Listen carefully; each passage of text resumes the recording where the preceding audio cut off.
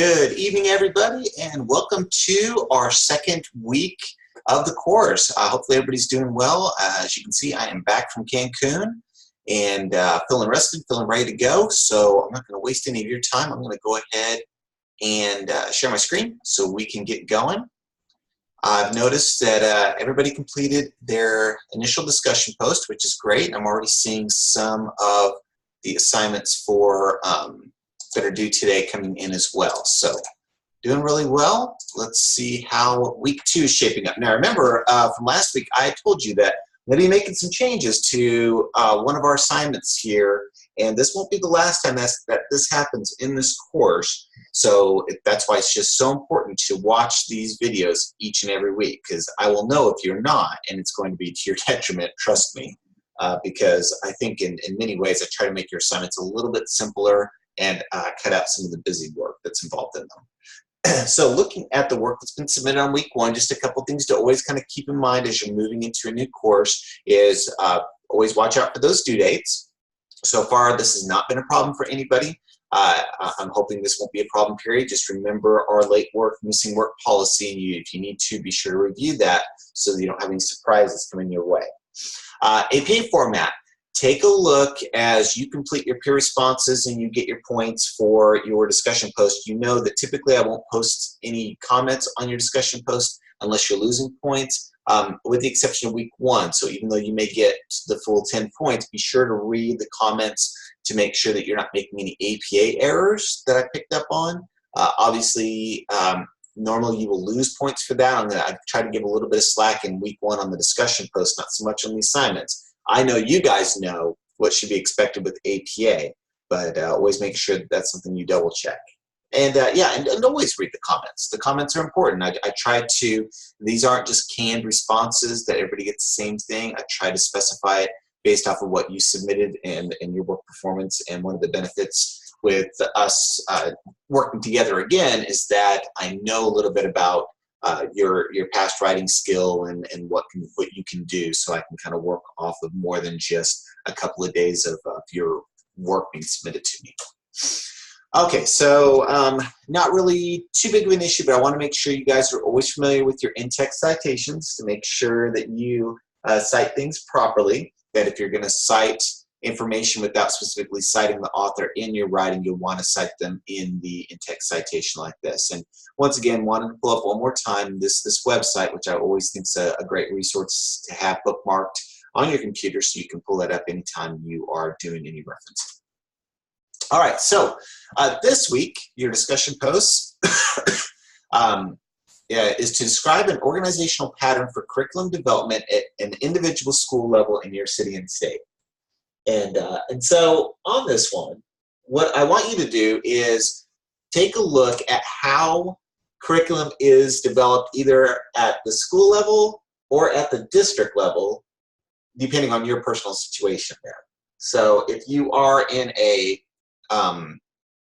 larger public school district, I would suggest looking at how curriculum is developed at your district level. You know, and by that I mean, is there a curriculum coordinator, be it like a director or somebody like that? Are there coordinators below that are for each individual subject area? How do you determine what's taught in the classes? All those things like that. So it might take you a little bit of work. If I'm in your shoes, I might reach out to my building principal and ask for some guidance there. And I can't remember, if you are in like a charter school or private school situation, you may not have that many levels of bureaucracy to go through. And so it might be a little bit different for you. But that's what I want you to do is I want you to kind of specify it to your area and talk a little bit about how curriculum is developed where you're at, okay? Now, in there, I put do not use the first person. Actually, I don't care.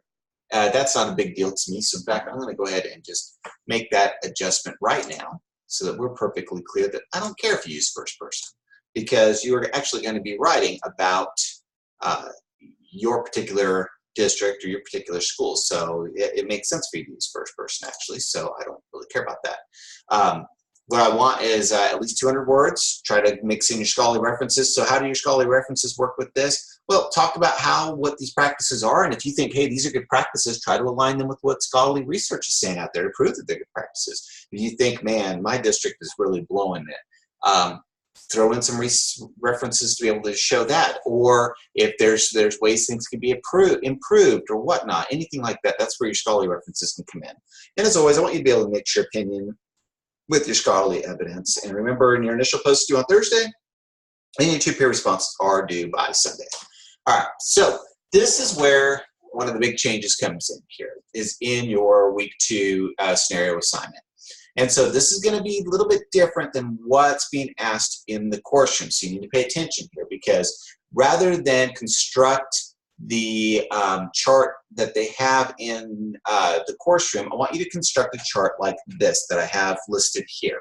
And so what you're going to do is you're going to focus in on the 5 components of reading instruction: phonemic awareness, phonics, fluency, vocabulary, and comprehension. And what I want you to do is you're going to develop a tool here that would be useful for any reading teacher. So you're going to have, it's going to be a 3-column chart like you see here. Your first column is already taken care of for you because you're listing the 5 components. And then for instructional strategies, what you're going to list is 3 ways you can teach each one of these 5 components. So you'll have 3 instructional strategies for how to teach phonemic awareness, 3 instructional strategies for how to teach phonics, so on and so forth. So for instance, if I was working on instructional strategy for, say, vocabulary, maybe one of my strategies would be word walls. So then I would just have a bullet point and I would just put word walls. Okay, notice I didn't ask you to type a paragraph or anything like that. You're going to be doing bullet points for this assignment. And so you'll have 3 bullet points under instructional strategies for each one of your 5 areas of reading. So when you finish this, you should have a whopping 15 instructional strategies listed in this column. Okay? And so it is 3 for each component, and I just need popcorn answers, just bullet point statements of an instructional strategy you can use that would help a student in that particular component of reading. Okay? Now your other column is going to be a professional resource. In other words, if I wanted to learn more about how to teach phonemic awareness, a professional resource I could go to would be this book or this article. Okay? And so what you'll list is just the title of the book and the article and the author. That's all. And I'm looking for a scholarly journal article, or I'm looking for a research-based book, okay? That's what needs to go in there. And I just need 1 professional resource for each one of the 5 components of reading. So when you finish this column, you'll have 5 bullet points, okay?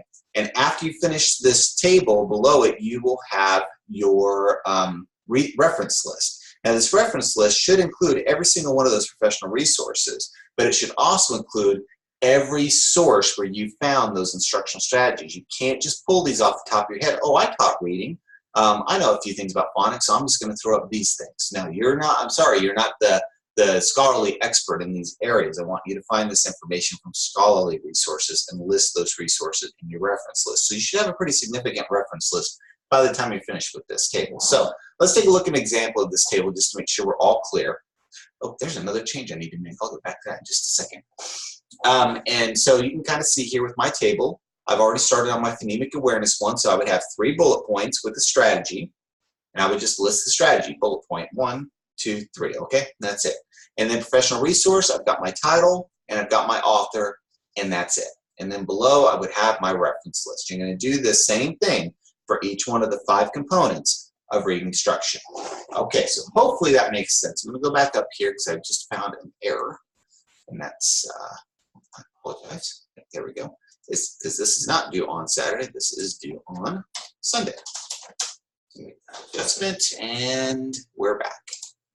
Okay. All right, so you can see that this assignment's quite a bit different than what it asks for in the course room, but I think you'll find this one not only to be a little easier to do, but also this is a tool you can go use in the real world tomorrow. Okay, you can share this with your colleagues. It'll be something that you built, something that you should be proud of, something that can be very useful to other people. So don't hoard it, make it something worthwhile, and that's what I'm looking for your assignment for week 2. So there you go. Just like I promised, we were going to have some changes, but I think these are positive changes for you. So hopefully you will feel the same. But as always, if you have questions about things, make sure that you send me an email, let me know. Now, I'm back live for today, but I will not be for week 3 and week 4. As I mentioned last week, I'm going to be doing some traveling, so I'm heading to Belgium this Friday, and I'll be gone for week 3 and week 4. But I will still have my laptop in tow. I'll still be getting into the course room every single day. I will just be pre-recording the videos, and they will still post up in the announcement section for you to watch and all that other good stuff, okay? So you really shouldn't notice my presence other than I'm just not live. So keep working, keep watching the videos. If you have any questions, let me know. Otherwise, good luck out there, and I will talk to you all soon. Take care.